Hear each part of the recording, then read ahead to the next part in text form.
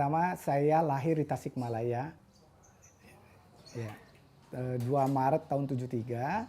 Ya, pada waktu itu saya kelas 1 SMA, saya berangkat ke Bandung. Waktu berangkat ke Bandung, kebetulan pada waktu itu saya pribadi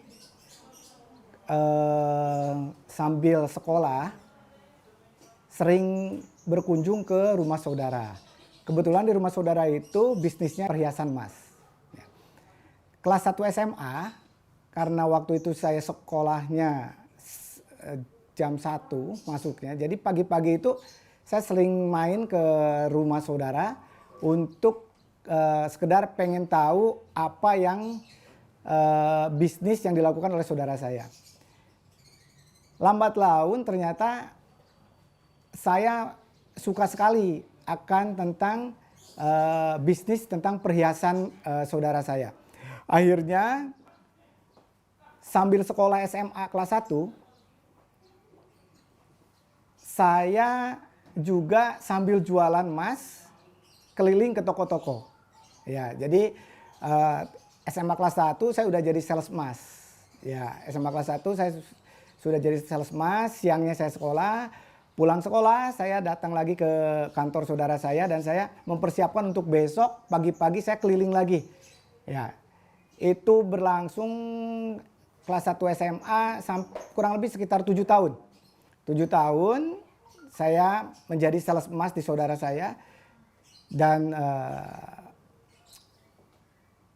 setelah lihat dari perjalanan untuk menjual perhiasan, ada prospek ternyata emas itu emang suatu bisnis yang dibilang susah enggak, gampang juga enggak. Tapi di sini menariknya bahwa orang yang bisa berjualan emas, orang yang membawa perhiasan emas, itu orang yang mempunyai nilai plus. Dalam artian ketika kita bawa barang perhiasan emas itu, kita berkunjung ke toko, ketika toko itu mempunyai trust, kepercayaan kepada kita, ketika kita membuka barang, dia nggak akan pernah ragu bahwa barang yang kita jajakan itu adalah betul-betul emas.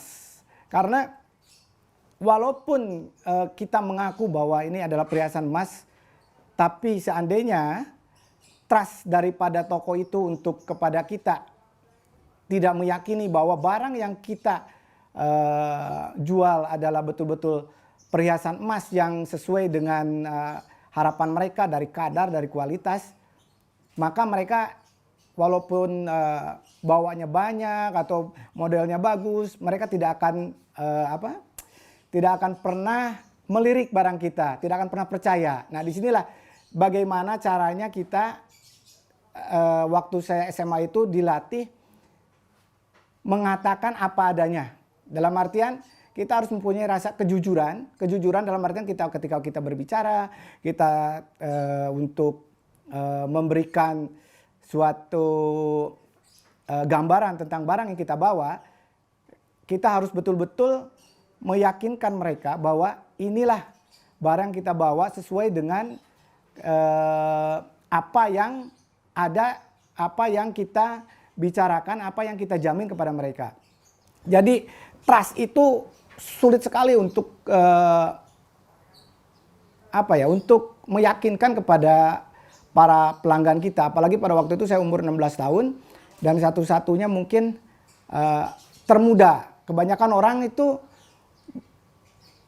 pedagang emas atau sales emas pada waktu itu udah tua-tua, dalam artian ya udah berumur lah. Ya, disinilah ketika saya masih muda belajar untuk meyakinkan kepada orang lain. Ya, di sanalah saya merasa bahwa kunci dari apa yang saya dapatkan pada hari ini, ketika muda saya melakukan apa yang sudah digaris bawahi bahwa hidup itu adalah apa yang kamu tahu, apa yang kamu mengerti, apa yang akan kamu bawakan, apa yang akan kamu kasihkan, itu harus ada kejujuran dari hati kita.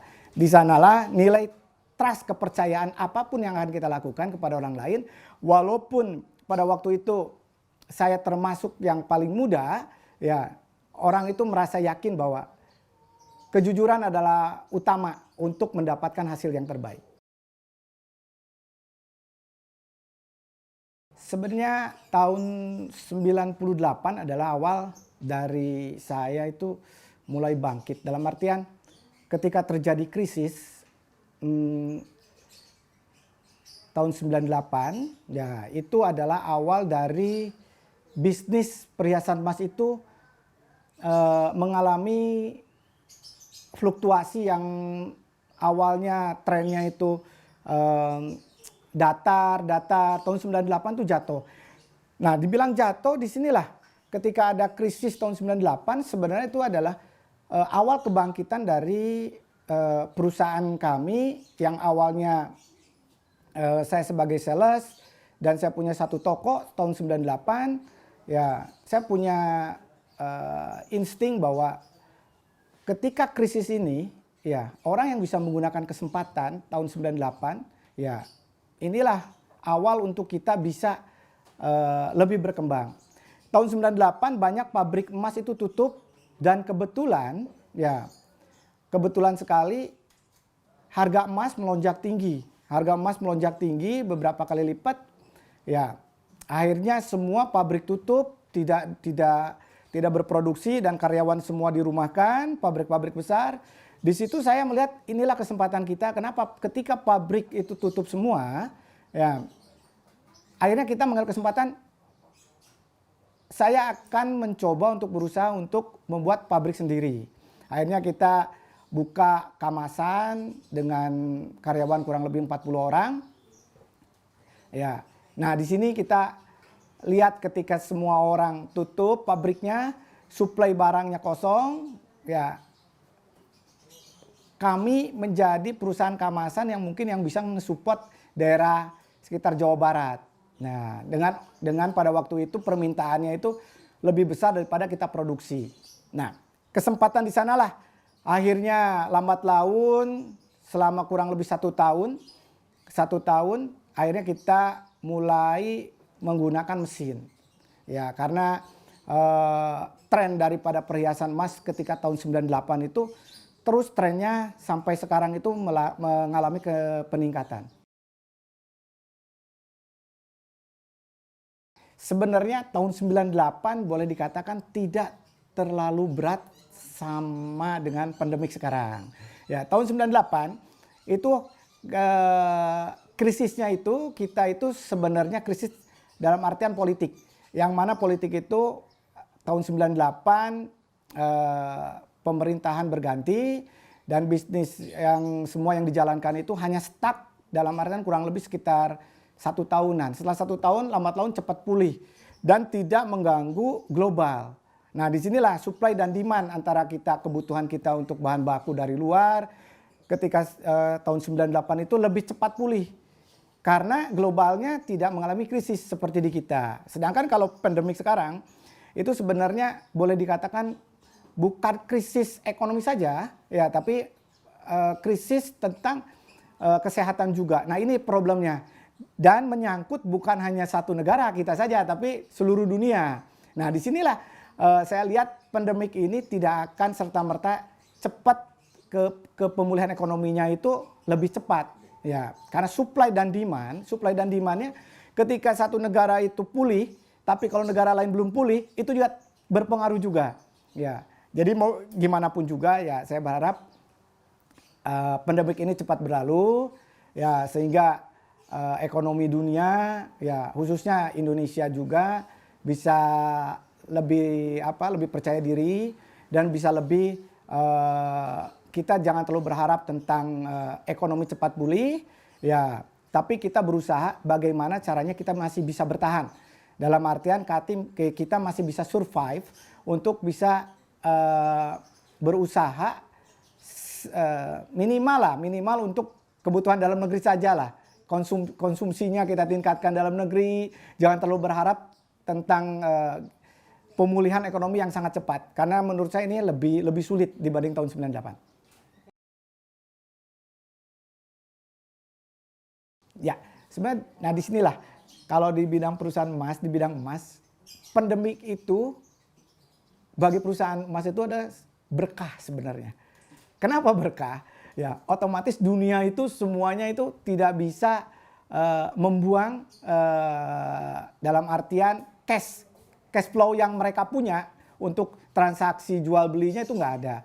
Akhirnya mereka menyimpan di logam mulia sebagai safe haven, ya, di mana bahwa emas itu mempunyai nilai ketika ada sesuatu yang membuat perekonomian itu goyah, otomatis semuanya melirik ke emas. Ya, bagi perusahaan kami sebenarnya pandemik ini memberikan keuntungan. Kenapa keuntungan? Aset kami bertambah banyak, nilainya bertambah banyak. Ya, dalam artian ya, walaupun kuantiti dari produksi kami pasti menurun, tapi dari kenaikan harga emas kami masih bisa mendapatkan keuntungan karena kami ada jual beli logam mulia, ya, bukan perhiasan aja.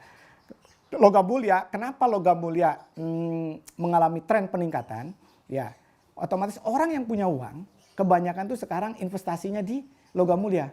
Nah, yang terpengaruh adalah kelas menengah ke bawah yang biasanya nabung sedikit, sekarang kalau ada dirumahkan kerjanya atau mendapatkan salari setengahnya, usaha juga agak sulit, ya, otomatis daya belinya juga berkurang. Tapi orang yang betul-betul udah survive, mempunyai tabungan, awalnya dia simpan di properti atau awalnya simpan biasanya dia ada peluang bisnis yang lain, akhirnya dia safety-nya kemana? Larinya ke logam mulia. Nah, CSR yang pada masa pandemi sekarang ini kami memberikan CSR membantu daerah puskesmas yang ada di luar perusahaan kami, dalam artian Kabupaten Bandung. Kami ke Madura memberikan APD ke rumah sakit, ke Kabupaten Ciamis, Tasik, ya, terus kami ke Kabupaten Bandung, Kota Madia Bandung, ya. Kami bersama-sama dengan direksi memberikan CSR yaitu berupa APD dan alat-alat kesehatan.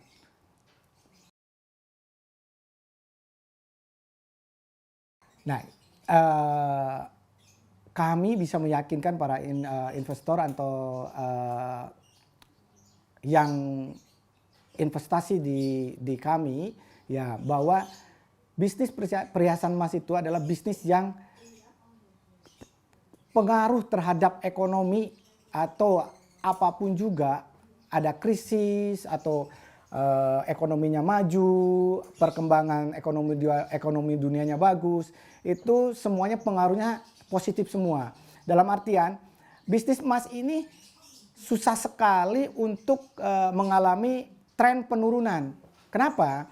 Ketika krisis orang berlomba-lomba mencari logam mulia.